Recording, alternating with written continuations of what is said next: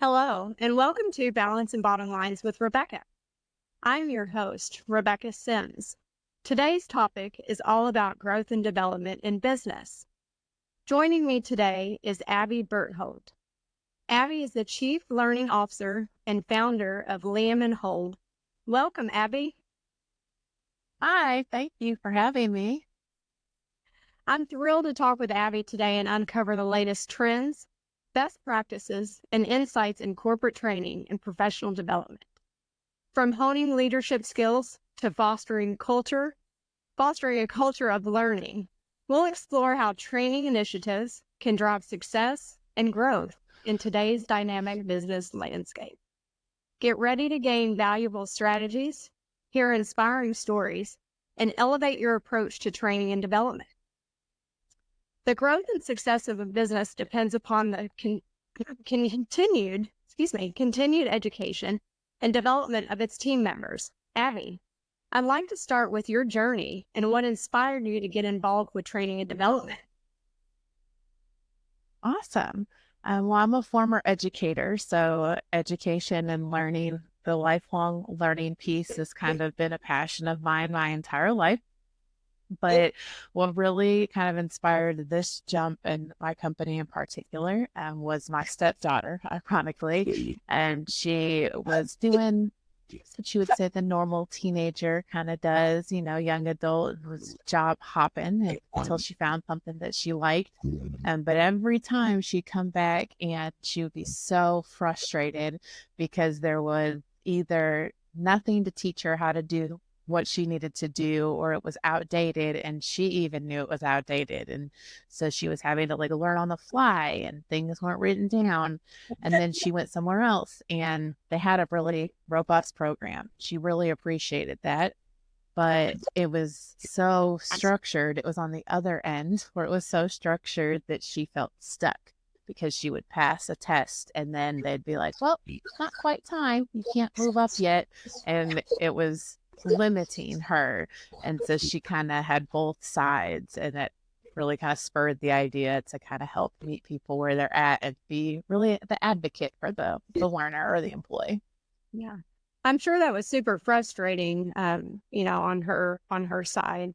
I've seen that firsthand, actually. And I'm not sure why it happens. And there could be many reasons, but, we tend to want to, especially in different type of businesses, we want people to stay in certain roles because they're roles that are hard to fill. There may be entry level roles, and the goal is to help them train and develop and promote up, or coach and inspire them, and not just stay in a I'll say stagnant role, but not necessarily stagnant, because some people just enjoy what they do and that's where they want to stay and they feel comfortable with that. Right. But for those folks, older or younger, who are looking to get to the next level, that can be super frustrating for them. I've definitely witnessed that firsthand. And like you mentioned, the word advocate, I love that word. And that's something that, I try to do every day, is be an advocate for the staff and the team members that I come in contact with. And I love having deep dive conversations. Where do you see yourself in the next 5 years, in the next 10 years? What can I do, or who can I connect you with to help you get there? We're all kind of learning and growing and evolving. And I am all about that. And I love that. So, yeah, tell me a little bit more. So did you start the company? So when I left teaching, I started doing like instructional design within a consulting company, ironically. So kind of similar to what my company is now, but on a larger scale. And so we worked, actually, our client was Microsoft. So we had a huge contract with them, which was great because then in turn, I also learned some more technology skills and technical writing and things like that. So I was learning too. But then from there, as a lot of things, as the economy changed, saw the writing on the wall. That's when I started the company and started, ironically, to kind of work on passion projects. So in nonprofits, and helping with curriculums, making sure things were in compliance for grants and stuff of that nature. And then it's kind of expanded to where I left the full time and then taken over with the business. Wow, nice. Okay. So what size of businesses do you typically work with? Ironically, it's funny. My fiance made me a shirt, and it literally says Fortune 100 to mom and pop because I have had clients all over the board. Um, Usually, the ones that I feel, I guess, maybe have the biggest impact are maybe those mid-sized businesses where they want to grow, or they are trying to integrate something, or they know they're going to have to hire somebody soon, but not necessarily. It's that classic, well, we hired them, but we don't know what to do with them, or it takes them 6 months to learn how to do the job. Those are kind of the little trigger warnings, in the head to be like, oh, we might need some help with our learning program. But honestly, everybody, kind of unfortunately and fortunately, it can be any size depending on the need of the business. Yeah, well, that makes sense. Are there any common challenges companies are facing when it comes to training their employees, or how do you address any challenges? If a company comes to you to work with you, what are you Mhm. seeing? I would say probably the biggest challenge is time. That generally seems to be one that we're always butting up against, and it kind of is across the board. So it might mean something different. So sometimes it's time to be able to be self-sufficient in a job role. Sometimes it's like if it's a new initiative or a technology integration, it's time taking away from their current job. Um, that generally seems to be the biggest one. And also the difficulty of separating the need to know versus the nice to know. And so that's kind of where I feel like somebody that has, I guess, my skill set or specifically knows, like, I'm never going to be the expert in the subject. That's not the point. It's always a partnership. And so I just hope to make sure that everybody that I work with knows that, because they really are imparting their knowledge on me, and then I'm just taking and making sure that the objectives are met in the most efficient way. Um, but I would say time, and then the ever changing technology. I mean, as AI comes out, people really wonder how is that going to be integrated, or how do I use that, or what happens, and how do I make sure that everybody gets something and that it's not boring or things of that nature. Yeah. I mean, we could even talk about how that's going to impact the workforce. I'm sure it already is to some degree. And, um, you know, honestly, there's all these apps that, kids in college, I could even dive into this piece recently. I didn't even know it was available. But recently, there's a young girl I know in college. My son's a sophomore at U of L. So she has an app, and she can search what book that she's studying or what class, what book is for that class. And it will basically, instead of her reading it, it will summarize the chapters for her. So someone who's busy, or they're playing, they're in athletics. And so, you're Yeah. juggling college, or maybe juggling a part-time job, and you're an athlete. It really simplifies the process. We could sit here and debate, is it right? Is it wrong? Are they really learning? But, I'm not going to dive into that piece today, but there are so many things, and how it's going to impact just the workforce, and potentially even training and development in some way, shape, or form, I'm sure. But yeah, we have come, I think, as far as technology goes, we are definitely moving much faster than we are moving. Yeah. Yeah, it's amazing. And AI is quite helpful. I don't know what experience you have had with it. It definitely is quite helpful, especially for someone who works for a company. I create and do training internally with a company, and it has helped me as a guide.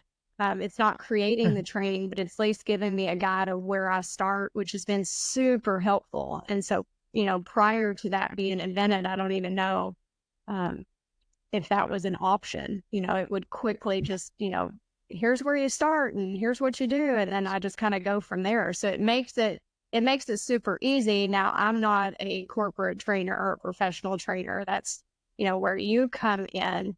But I agree, having someone come in. And so that kind of leads me actually to, why hire someone like you versus have someone, example like myself, that's creating training material on staff. Now, I don't do that as my full-time job. I'm a banker. So it's just, that's an added, trainer slash coach slash mentor slash developer, whatever you want to call it. But why bring someone like you in? It's a good question. So a lot of times what I have found is that, so depending, of course, this depends on the size of the business. If you run into a huge business, a lot of times they will have learning and development like departments already. So that's one thing. But if working with a lot of other companies, they don't. And it's kind of a twofold thing. It's the outside perspective. Because if you already have training materials and I can't figure out what's going on or, the main pieces of the objective, then there's a gap that's happening. Or if you're telling me about something, then I kind of have this objective perspective that somebody who's internal and in the weeds with it every day and has that background knowledge, they can't always pick up on the gap for where the missing, bridge to the information is. But also, if we're just being totally honest, some companies don't need or aren't even at the place where they need a full-time learning and development person or instructional designer. They just need that help to get things set up, whether that be, make the one curriculum or make sure that their stuff is documented.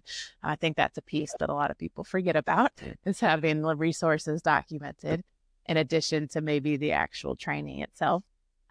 But then that's helpful because it's actually a lot cheaper. It might seem like a bigger upfront cost, but then in the long run, you don't have an employee and all of their expenses. So having a consultant come in and out can be like forming that partnership or that relationship can be really helpful until you might be at the stage where you need somebody. And I think mostly the training is already happening. And I think that's what some people tend to forget, right? Like it's already happening in some way, shape, or form. It just might not be effective. Like subject matter experts write things down all the time because they love the topic and they have this stuff documented, but they aren't the expert in the way to actually convey that information or to reinforce it or to create the scenarios or the practice that's really going to drive the objectives that you're looking for. That makes sense. That leads me to is there a certain type of business that you prefer to work with? No, not really. Actually, that's kind of what I love about it is because I know that I'm not an expert in a lot of these things. For instance, I really love doing technology like integration and technology training just because I like technology, right? But I have worked with everything from like a website design for a photographer to sustainability and solar and electric to insurance to healthcare to banking. I mean, it's kind of industry agnostic, which in some ways is, the fun part. I've even worked with a company like for selling and done many courses on their new products. So like sales enablement type of deal. And so I think that's part of the reason why I like it. But I do enjoy the technology piece around that and also the documentation aspect. So things like banks, for instance, or insurance or healthcare, where they have a lot of that compliance and regulation. I really love the fact I come in and be like, well, where is that at? And they're like, well, we just tell each other. That's not helpful. So I like that part because it's one of those, I guess, quick wins. And so they always feel good.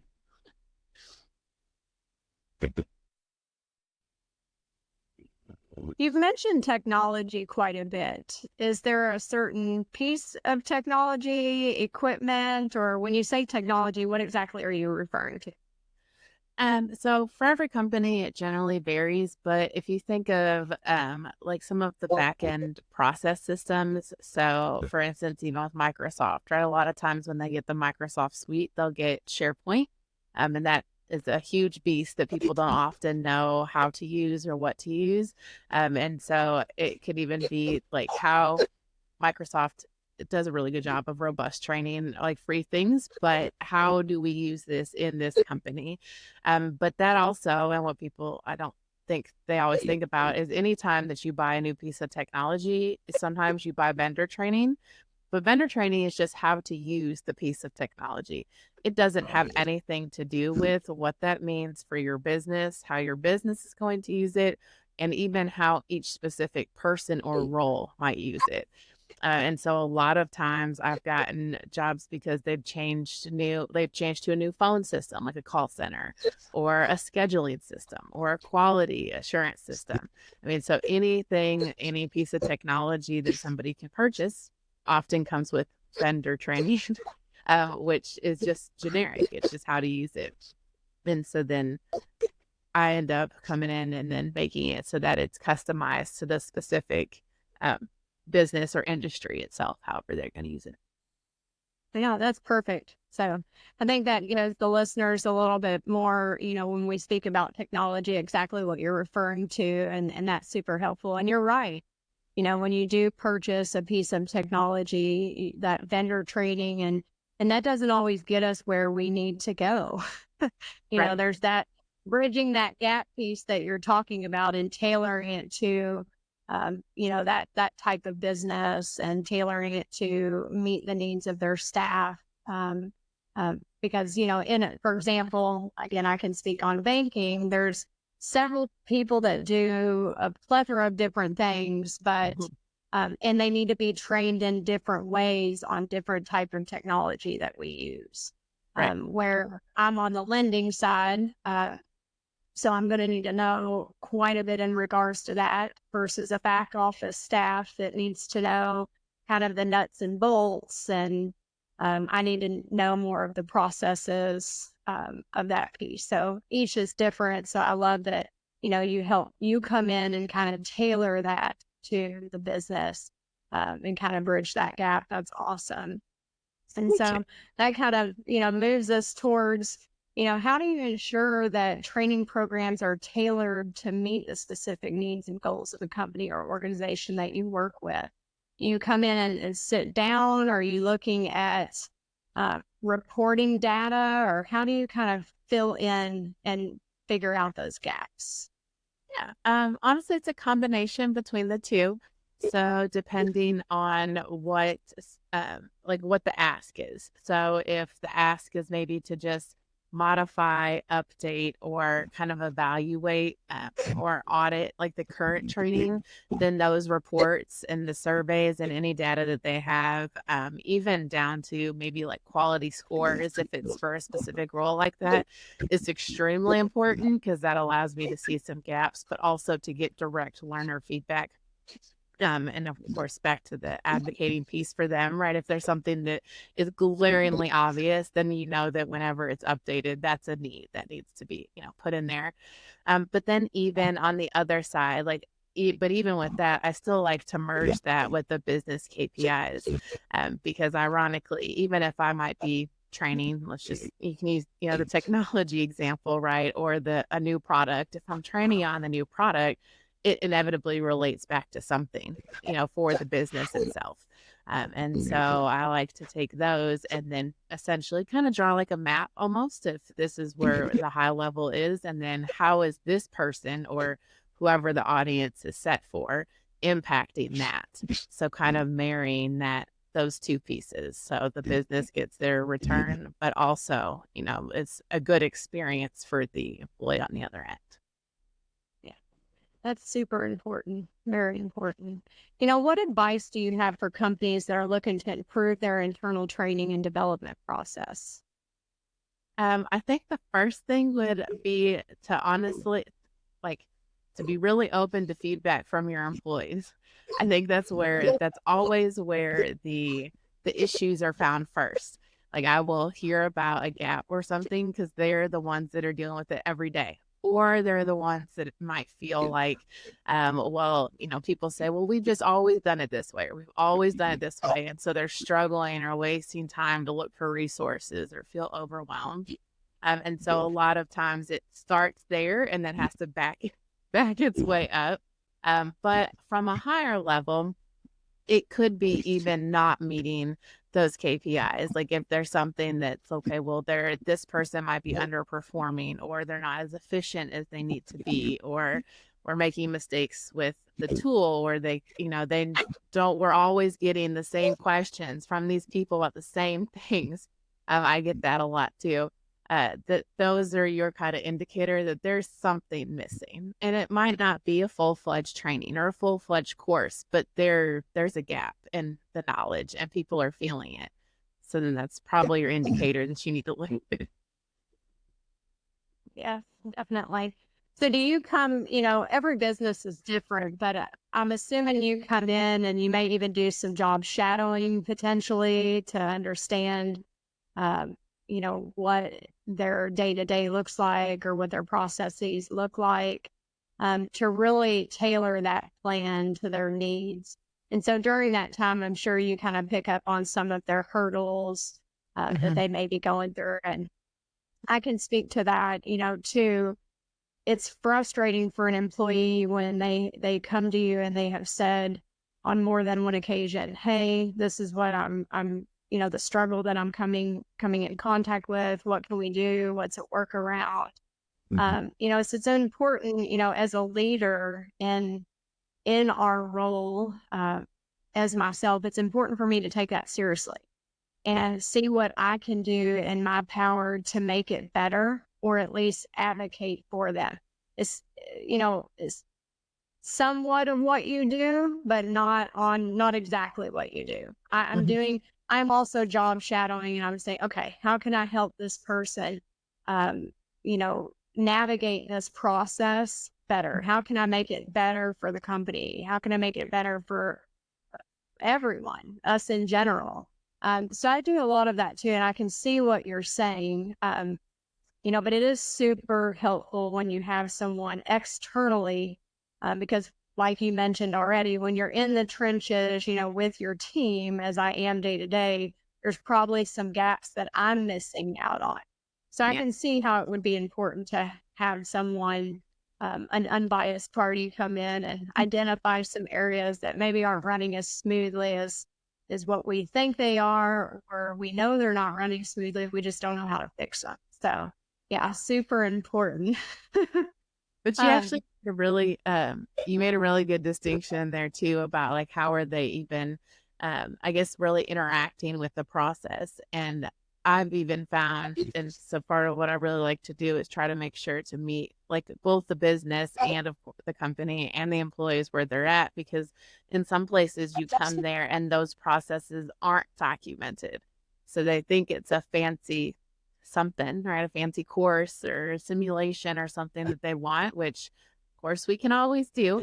But at the end of the day, what was really missing is that resource to come back to. And so sometimes people are like, training is always this, and it's not always that. Sometimes we're just like filling the gaps is just to help you make sure your process is written down.